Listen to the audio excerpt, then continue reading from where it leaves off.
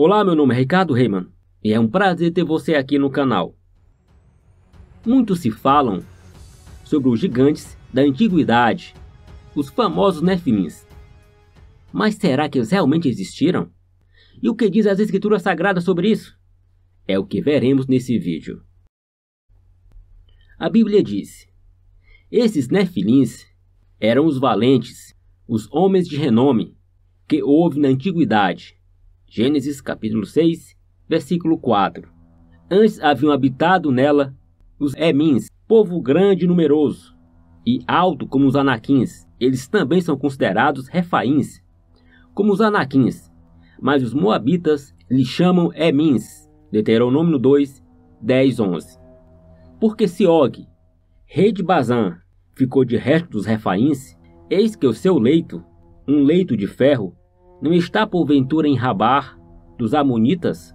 O seu comprimento é de 9 côvados, 4 metros, e de 4 côvados, 1,78 m, a sua largura, segundo o côvado em uso.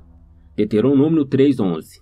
Também vimos ali os Nefilins, isto é, os filhos de Anak, que são descendentes dos Nefilins. Éramos aos nossos olhos como gafanhotos, e assim também éramos aos seus olhos. Números 13, 33. A ciência confirma. Há cerca de 5.500 anos, a estatura humana era muito elevada.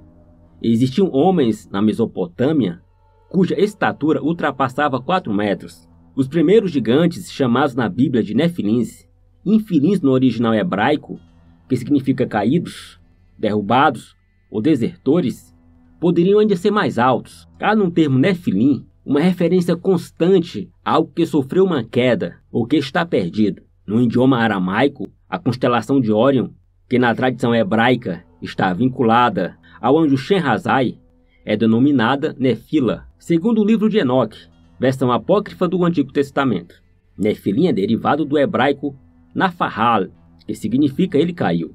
Nos fins dos anos 50, durante a construção de uma estrada a sudeste de Homs, no Vale do Eufrates, sudoeste da Turquia, região próxima de onde viveu Noé após o dilúvio, foram encontradas várias tumbas de gigantes. Elas tinham 4 metros de comprimento e dentro de 2 estavam ossos da coxa, fêmur humano, medindo cerca de 1,20 m de comprimento. Calcula-se que esse humano tinha uma altura de aproximadamente 4 metros e os pés de 53 centímetros. Um dos ossos está em exposição no Texas, Estados Unidos, ao preço de $450. Não foi deixado nem sequer um dos Anaquins na terra dos filhos de Israel. Somente ficaram alguns em Gaza, em Gate e em Astod. Josué 11, 22. Ora, o nome de Hebron era outrora Kiriat Arba, porque Arba era o maior homem entre os Anaquins, e a terra repousou da guerra. Josué 14:15. Outros grupos de gigantes chamados de Anaquins e Refaíns ou Emins se instalaram na Palestina, entre o Mar Morto e a faixa de Gaza. Os israelitas mataram todos os gigantes desta região, sobrando apenas o rei Og, na região norte da atual Jordânia, e alguns que foram para a faixa de Gaza, região entre o Mar Mediterrâneo e a cidade de Gaza. Então saiu do arraial dos filisteus um campeão, cujo nome era Golias, de Gate, que tinha de altura 6 côvados e 1 palmo, 2,89 m. 1 Samuel 17:4. Golias é o gigante mais famoso da história. No entanto, não chegava a 3 metros de altura. Nas Sagradas Escrituras é possível encontrar inúmeras referências aos filhos de Elohim, ou seja, da divindade, ou como também são conhecidos, os seres heróicos que geraram os Nefilins. Normalmente, os frutos das relações entre esses supostos anjos caídos e as filhas dos homens são descritos como criaturas gigantescas, as quais se popularizaram com os antigos heróis e os valentes que povoaram mitos de diversas culturas. Resta saber o que era, afinal, os Nefilins. Há várias teorias e hipóteses que procuram responder estas indagações. As lendas dos hebreus afirmam serem eles super-heróis que usavam poder para praticar o mal. Sua constituição genética era uma mescla de genes dos anjos caídos e dos humanos. Teólogos e pesquisadores dos textos bíblicos não conseguem, até nossos dias, entrar em acordo sobre os nefilins. Há pelo menos duas correntes principais sobre este tema. Há quem defenda que eram assim chamados os filhos de Deus, insistentemente citados no Gênesis, que são anjos, que uma vez no planeta Terra tiveram relações com mulheres humanas, e por esta razão foram severamente castigados pelo Criador e projetados no abismo. Suas crias seriam uma mistura de características humanas e angelicais, e esta tese é adotada por alguns teólogos. O escritor Caio Fábio, em sua obra ficcional Nefilim, também se vale deste argumento, assim como Daniele Trussoni, em seu livro de ficção Angelologia. Os cristãos primitivos acreditavam nesta teoria, a qual vigorou durante a era medieval. No livro de Enoque consta esta mesma versão.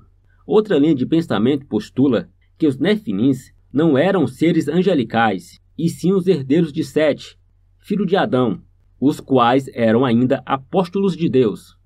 As filhas dos homens seriam as descendentes de Caim, estanciadas do Criador.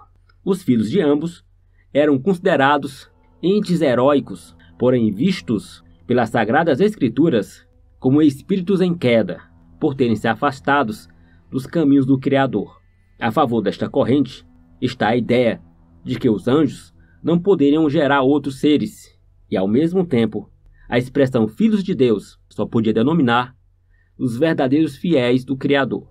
Pensadores como Agostinho e Gordon Lentzen fazem parte deste grupo. Outros pensadores explicam este hibridismo como uma suposta experimentação genética que as criaturas angelicais teriam realizado no aparato biológico humano daqueles tempos, como uma maneira de induzir a evolução do corpo físico da humanidade. Nas Sagradas Escrituras, o leitor vai encontrar expressões como anjos caídos, espíritos imundos e demônios, todas utilizadas para denominar os nefilins. No livro de Enoque, há ainda outro título, vigilantes. Os gigantes que aparecem no Velho Testamento bíblico deixaram de existir no período do rei Davi, onde possivelmente foram todos dizimados. O próprio gigante Golias, morto por Davi, era um descendente lingínquo dos nefilins, mas bem inferior aos primeiros que aparecem no período pré-diluviano e que são possivelmente os principais motivadores da destruição daquele mundo antigo, conforme 2 Pedro, capítulo 2 e versículo 4. No Novo Testamento hebraico diz assim: porque se Elohim não poupou a anjos quando pecaram, mas os lançou no inferno e os entregou aos abismos da escuridão, reservando-os para o juízo. E Judas 6 diz: e aos anjos que não guardaram seu principado, mas deixaram a sua própria casa, ele os tem reservado em prisões eternas na escuridão, para o juízo do grande dia.